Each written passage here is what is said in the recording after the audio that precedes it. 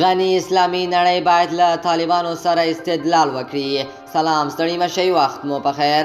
ګرانو کتونکو، که غواړئ د تازه او مهمو پیښو څخه خبر شئ نو همدا سره د تان پلاس چینل سبسکرایب کړئ. د افغانستان پر ځول شوی ولسمشر محمد اشرف غني وایي اسلامي ټولنه باید له طالبانو سره استدلال وکړي او پایلې ته د رسیدو لپاره یوازینۍ لاره منطق، استدلال، اوریدل او د یو بل منل دي.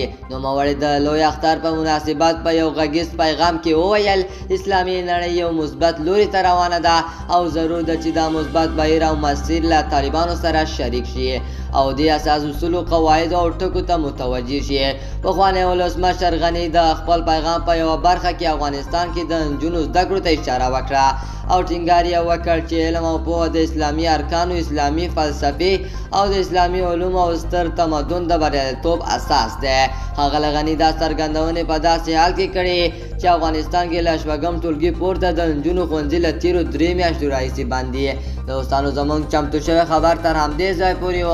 د نورو تازه او مهمو خبرونو لپاره د سره د تان پلاس چینل سبسکرایب کړئ.